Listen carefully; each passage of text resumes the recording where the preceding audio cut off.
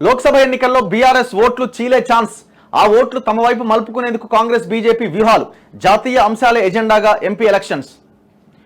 Assembly ఎన్నికల తర్వాత BRS ఢీలా పడడంతో ఆ పార్టీ ఓట్లు లోక్సభ ఎన్నికల్లో ఏ పార్టీ వైపు మళ్లుతాయన్న చర్చ మొదలైంది. స్థానిక పరిస్థితుల ఆధారంగా అసెంబ్లీ ఎన్నికల్లో ఓటేసే తెలంగాణ పబ్లిక్ పార్లమెంట్ ఎన్నికలకు వచ్చేసరికి మాత్రం భిన్నమైన తీర్పిస్తున్నారు.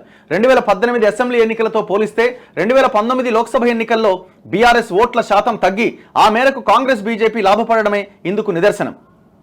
గతంతో పోలిస్తే ఈసారి బీఆర్ఎస్ పరిస్థితి మరింత దిగజారింది. అసెంబ్లీ ఎన్నికల్లో ఓటమి తర్వాత జిల్లాల్లో క్యాడర్తో పాటు సిట్టింగ్ ఎంపీలు ఎమ్మెల్యేలు కూడా కారు దిగుతుండడంతో గులాబీ పార్టీ గ్రాఫ్ పడిపోయింది. దీనికి తోడు Kaleshwaram project, liquor scam, phone tapping ఇలాంటి వ్యవహారాలు బీఆర్ఎస్ ప్రతిష్టను మసకబార్చాయి.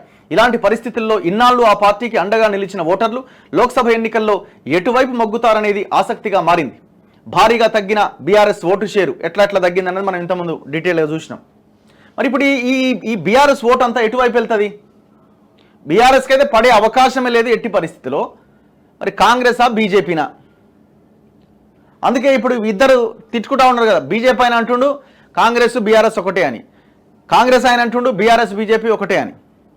కేసీఆర్ ఎట్లున్నాడు, ఎవడు పిలిస్తే పోదామని ఆయన ఎదురు చూస్తున్నాడు ఈ కేసుల నుంచి బయటపడదామని. అట్లా